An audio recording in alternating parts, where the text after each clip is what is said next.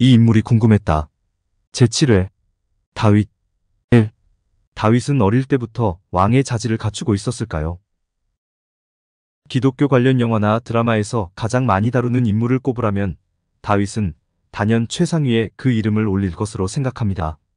그것은 너무나 당연합니다. 왜냐하면 다윗은 일개 목동의 신분이었지만 한 나라의 왕이 된 사람이기 때문입니다.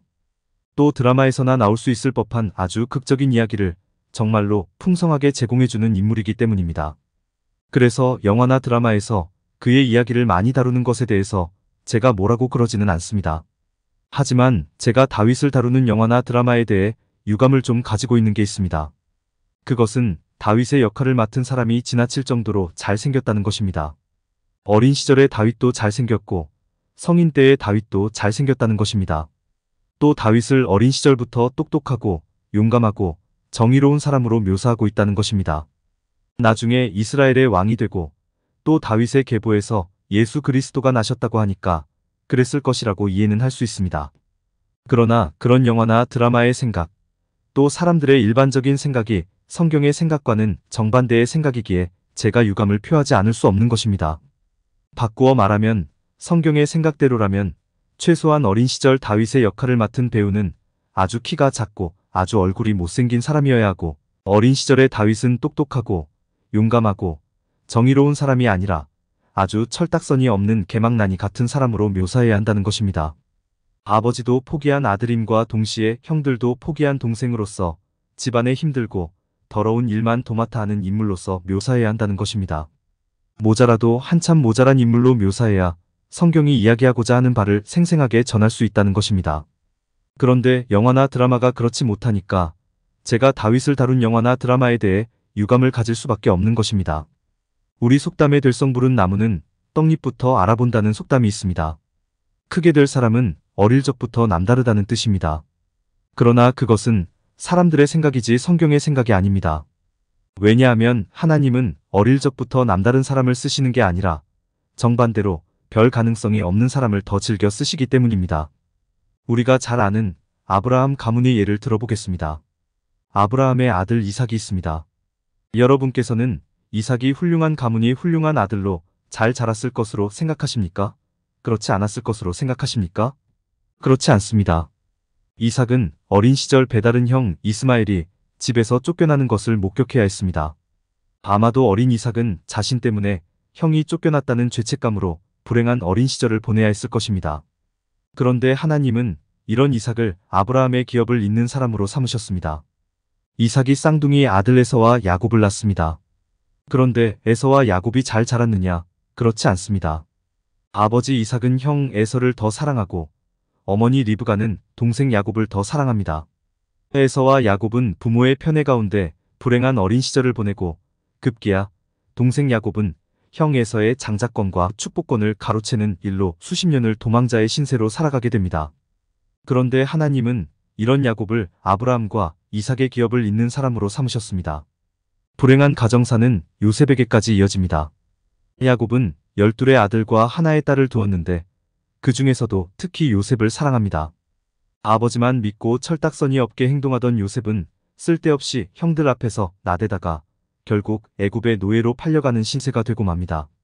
그런데 하나님은 이런 요셉을 아브라함과 이삭과 야곱의 기업을 잇는 사람으로 삼으셨습니다. 아브라함 집안에 대를 이어가는 가정불화가 있었고 그로 인해 아브라함의 후손들이 제대로 성장할 수 없었지만 하나님께서는 그들을 외면하지 않으셨다는 것을 주목하셔야 합니다. 부모로부터 편애를 당하는 후손들을 오히려 하나님께서 돌보아 주시고 사용하셨다는 것을 주목하셔야 합니다. 이번에는 출애굽의 지도자라고 일컬어지는 모세를 예로 들어보겠습니다. 여러분들은 모세가 어린 시절부터 좋은 가정에서 훌륭하게 성장했을 것으로 생각하십니까? 그렇지 않았을 것으로 생각하십니까? 그렇지 않습니다. 모세는 애굽의 왕궁에서 눈칫밥을 먹으며 불쌍하게 자란 사람입니다. 애굽인도 아니고 이스라엘인도 아닌 어정쩡한 사람이 바로 모세입니다. 여기서도 환영 못 받고 저기서도 환영 못 받는 사람이 바로 모세입니다. 그런 모세를 하나님께서 출애굽의 지도자로 삼아주셨다는 것을 주목하셔야 합니다. 이런 성경의 흐름이 다윗의 이야기에서 훨씬 더 극명하게 나타납니다. 우선 다윗하면 우리가 가장 먼저 떠올리는 이미지가 목동 다윗입니다. 목동이라고 하니까 우리는 공연히 낭만적으로 생각하는 경향이 있는데 이스라엘이 위치한 중동 지역에서의 목동이라는 존재는 가장 별 볼 일 없는 존재입니다. 아무 재주, 아무 능력 없는 사람들이 하는 일이 바로 목동의 일이고 때로는 목숨까지도 내어놓아야 하는 위험한 일이 바로 목동의 일입니다. 어린 다윗이 바로 그런 일을 하는 존재였던 것입니다. 다윗이 집안에서 어떤 존재였는지를 가장 선명하게 보여주는 예 두 가지를 들어보겠습니다. 하나님께서 사무엘에게 이새의 집에 내가 보아둔 왕이 될 자가 있으니 그를 찾아가 기름을 부으라고 말씀하십니다. 사무엘은 이새의 집을 찾아갔고 이새는 사무엘에게 첫째 아들부터 일곱째 아들까지를 모두 선보입니다. 사무엘은 모두 마음에 들었지만 하나님은 그들은 왕이 될 자가 아니라고 말씀하십니다. 할 수 없이 사무엘이 아들이 또 없냐고 이새에게 묻습니다. 그때 이새의 대답이 사무엘상 16장 11절 아직 막내가 남았는데 그는 양을 지키나이다라고 대답합니다. 이새는 막내 다윗을 아들의 목록으로부터 아예 제쳐두었던 것입니다. 막내 아들 놈이 하나 더 있는데 그놈은 양이나 치고 허드레질만 하는 놈으로 왕이 될 자가 결코 아닙니다. 볼 필요도 없습니다. 라고 대답하는 것입니다. 그렇습니다. 다윗은 아버지 이새로부터 전혀 인정받지 못하는 사람이었습니다. 아버지로부터만 그러하냐, 형들로부터도 똑같은 취급을 받습니다. 아버지 이새의 명령에 따라 다윗은 블레셋과 전쟁 중인 형들을 면회하기 위해 먹을 것을 들고 전장을 향한 적이 있었습니다. 이때 다윗을 본 큰형 엘리압이 하는 말이 사무엘상 17장 28절 네가 어찌하여 이리로 내려왔느냐 들에 있는 양들을 누구에게 맡겼느냐? 나는 네 교만과 네 마음의 완악함을 아노니 네가 전쟁을 구경하러 왔도다.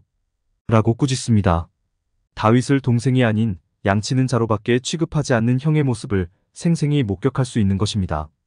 아버지로부터도 형들로부터도 온전한 사람 대접을 못 받는 다윗이었습니다. 이런 다윗이 다른 사람들의 눈에는 어떻게 보였을까요?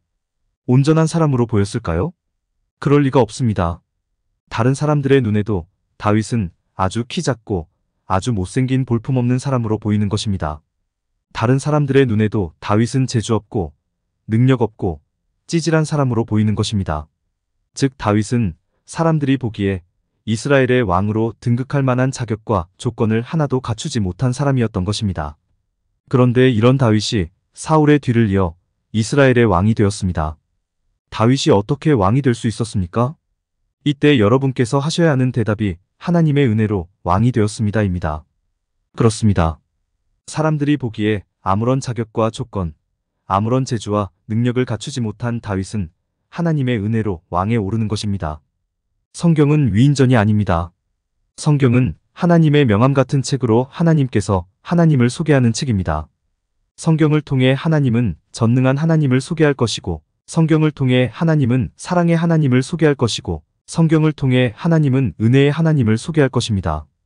이 소개를 위해 사람들이 쓰임받는 것입니다.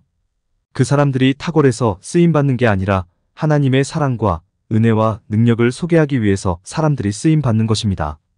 이런 맥을 확실히 잡고 있으면 성경의 이야기가 한층 더 눈에 잘 들어오고 성경의 이야기가 훨씬 더 재미있어지고 성경의 이야기가 한층 더 이해가 잘 됩니다. 공감이 되었다면 구독과 좋아요, 알림 설정 부탁드립니다. 하나님의 말씀을 바르게 전하는데 큰 도움이 될 것입니다. 평등하고 공정하며 정의롭고 행복한 세상을 이루는데 큰 도움이 될 것입니다.